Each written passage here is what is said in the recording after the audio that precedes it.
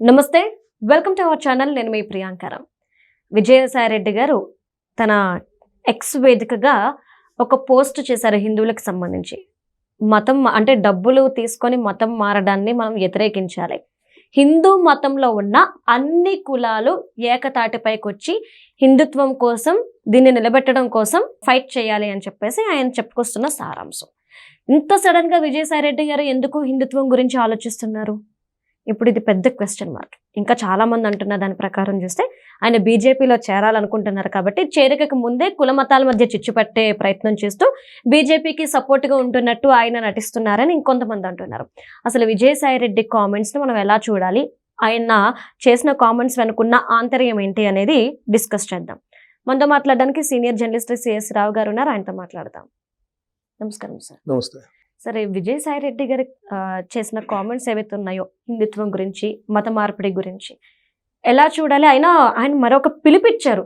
హిందూ మతంలో ఉన్న అన్ని కులాలు, అంటే ఇక్కడ మతాన్ని కులాన్ని హైలైట్ చేస్తూ అన్ని కులాలు ఏకతాటి మీదకి వచ్చి ముందుకు రావాలి అని చెప్పేసి ఫైట్ చేయాలని పిలుపునిచ్చారు. ఎలా చూడాలి అంటారు? విజయసాయి రెడ్డి గారు ఎక్స్ ఖాతాలో, ఆయన ట్విట్టర్ ఖాతాలో ట్వీట్ చేశారు. ఏం చేశారంటే మత మార్పిళ్లకు వ్యతిరేకంగా అందరూ ఏకం కావాలి, మత మార్పిళ్ళు జరగకూడదు, దేశం కోసం ధర్మం కోసం అని చెప్పి ఆయన మెన్షన్ చేశాడు. దాంట్లో ఈ దేశం కోసం ధర్మం కోసం అనేటువంటి ట్యాగ్ ఎక్కడుంది? జనసేనలో ఉంది. పవన్ కళ్యాణ్ గారు చెప్తుంటారు.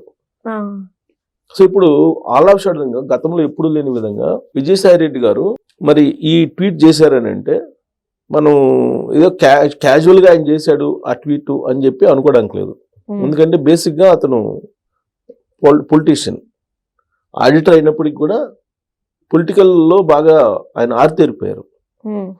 పాలిటిక్స్ని జగన్మోహన్ రెడ్డి గారి దగ్గర నుంచి నరేంద్ర మోడీ గారు పిఎం ఆఫీస్ దాకా నడిపినటువంటి మాజీ ఎంపీ ఆయన.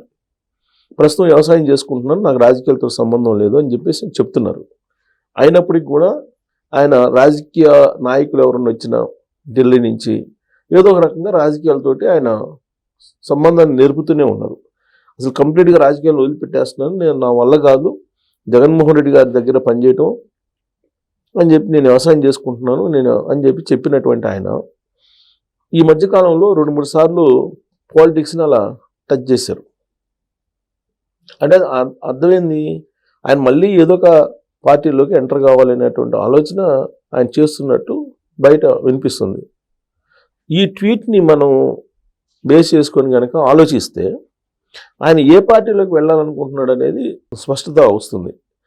హిందూ భావజాలాన్ని, హిందుత్వాన్ని ప్రమోట్ చేస్తుంది ఏ పార్టీ? బీజేపీ. తెలుగు రాష్ట్రాల్లో దానికి అనుగుణంగా వాయిస్ వినిపిస్తుంది ఎవరు? పవన్ కళ్యాణ్ గారు, దేశం కోసం ధర్మం కోసం అని. సో కాబట్టి ఆయన ఆ దిశగా అడుగులు వేస్తున్నట్టు మనకు కనిపిస్తుంది. ఎందుకనంటే జగన్మోహన్ రెడ్డి గారి దగ్గర ఆయన ఉన్నన్ని రోజులు, వైఎస్ఆర్ కాంగ్రెస్ పార్టీలో ఉన్న రోజులు క్రిస్టియానిటీయే కదా, నడిచింది మొత్తం క్రిస్టియానిటీ. జగన్మోహన్ రెడ్డి గారు క్రిస్టియానిటీ ఓట్లని తన ఓట్లుగా భావిస్తూ ఉంటారు. 2019 ఎన్నికల్లో ప్రతి చర్చికి వెళ్ళి ఆ చర్చి ఫాదర్స్ని ప్రచార కార్యకర్తలలాగా మలుచుకోగలిగారు. బ్రదర్ అనిల్ కానీ, ఆ రోజున షర్మిల గారు కానీ, విజయమ్మ గారు కానీ, యమునారెడ్డి గారు కానీ, లేదా జగన్మోహన్ రెడ్డి గారు కానీ, వీళ్ళంతా ఒక పెద్ద ఎత్తున క్యాంపెయిన్ చేశారు. ఆంధ్రప్రదేశ్లో ఉండేటువంటి అన్ని చర్చిల్లోకి వెళ్ళి ఆ చర్చిల్లో ఉండేటువంటి ఫాదర్స్ అందరినీ కూడా మన క్రిస్టియన్ సీఎం కావాలి అనేటువంటి ప్రచారం పెద్ద ఎత్తున చేసి సక్సెస్ అయ్యారు 2019లో. అప్పుడు ఈ మొత్తం వ్యూహానికి నడిపింది ఎవరు? విజయసాయి రెడ్డి గారు. ఆ రోజున జగన్మోహన్ రెడ్డి గారి తర్వాత విజయసాయి రెడ్డి గారు పవర్ పాయింట్గా ఉన్నారు పార్టీలో. మరి క్రిస్టియానిటీని మోసినటువంటి విజయసాయి రెడ్డి గారు ఆలోచనగా హిందూవాదాన్ని, హిందుత్వాన్ని, సనాతన ధర్మాన్ని, లేదంటే దేశం కోసం ధర్మం కోసం అని చెప్పి వాయిస్ మార్చారు అని అంటే ఆయన ఖచ్చితంగా బీజేపీ అడుగుజాడల్లో, లేదంటే బీజేపీకి అనుగుణంగా ఉన్నటువంటి జనసేన అడుగుజాడల్లో నడుస్తున్నట్టు మనకు రాజకీయ కోణం నుంచి ఆలోచిస్తే ఆ ట్వీట్కి సంబంధించి అర్థమవుతుంది. యాక్చువల్గా ఆయన రాజీనామా చేశారు. రాజ్యసభ సభ్యుడిగా ఉన్నాడు. రాజ్యసభ సభ్యుడిగా ఉండి దాదాపు 3 సంవత్సరాలు 4 సంవత్సరాలు ఉండగానే ఆయన రాజీనామా చేశారు.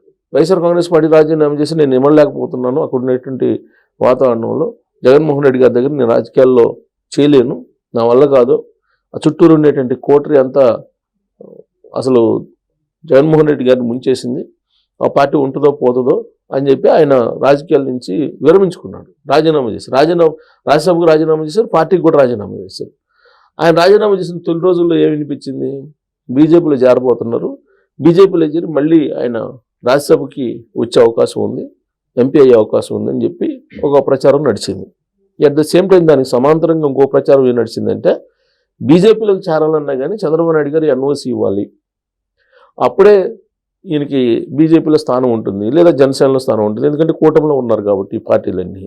కాబట్టి చంద్రబాబు నాయుడు గారు ఈయన్ని ఎన్ఓసి ఎవరు, క్లియరెన్స్ ఎవరు, కాబట్టి అందుకే బీజేపీ వాళ్ళు కూడా ఇతను దూరంగా పెట్టారు అనేది వినిపిస్తూ వచ్చింది.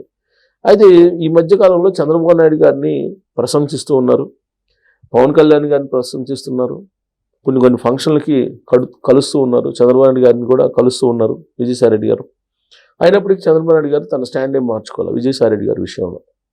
సో దాంతో ఇప్పుడు ఆయన వెయిట్ చేస్తున్నారు చంద్రబాబు నాయుడు గారు అంగీకారం కోసం, చంద్రబాబు నాయుడు గారు ఎన్ఓసి కోసం వెయిట్ చేస్తున్నారు.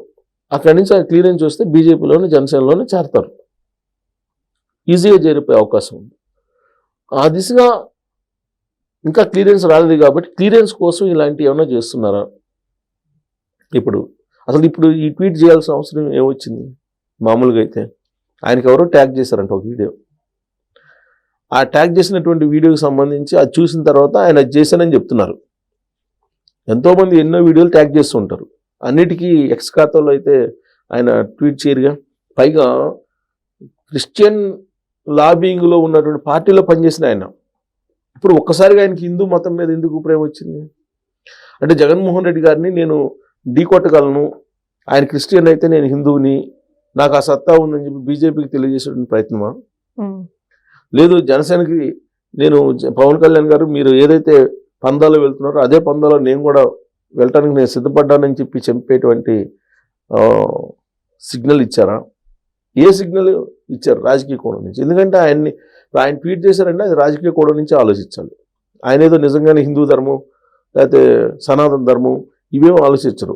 ఎందుకంటే ఒక రాజకీయ నాయకుడు కానీ ఒక వ్యాపారవేత్త కానీ వాళ్ళ యాంగిల్లో ఉంటారు అంతే తప్ప హిందూ మతం లేకపోతే సనాతన ధర్మం ఇట్టే ఉండవు. వాళ్ళకి 10 రూపాయలు వస్తున్నాయా రాలేదా, రాజకీయ నాయకుడు నాకు పదవి వస్తుందా లేదా, ఇదే ఆలోచించింది. పారిశ్రామికవేత్త నాకు 10 రూపాయలు వస్తున్నాయా లేదా, మిగులుతాయా లేదా, పొలిటీషియన్ ఏం ఆలోచిస్తాడు నాకు పదవులు వస్తాయా లేవా, అధికారం వస్తా లేదా, ఇదే ఆలోచిస్తారు తప్పితే వాళ్ళకేమి మతాలు కులాలు ప్రాంతాలు ఇట్టే ఉండవు. కాకపోతే రాజకీయం కోసం ఉపయోగించుకొని భావోద్వేగాలు క్రియేట్ చేసి ఓట్లు రాబట్టుకునే ప్రయత్నం చేస్తారు తప్పితే వాళ్ళకి బేసిక్గా ఏముండవు. ఇప్పుడు ఆయన ఏమంటున్నాడు, హిందువులో ఉండేటువంటి అన్ని కులాలు ఏకమయ్యి మనందరం పోరాడదాం మీరు రండి కలిసి అని చెప్పి అంటున్నాడు ఆయన. అంటే దీని వెనక ఖచ్చితంగా రాజకీయపరమైనటువంటి ఒక స్టెప్ అయితే ఉంది అని చెప్పి మనం భావించడానికి ఛాన్సెస్ ఉంది. Thank you so much sir. Thank you.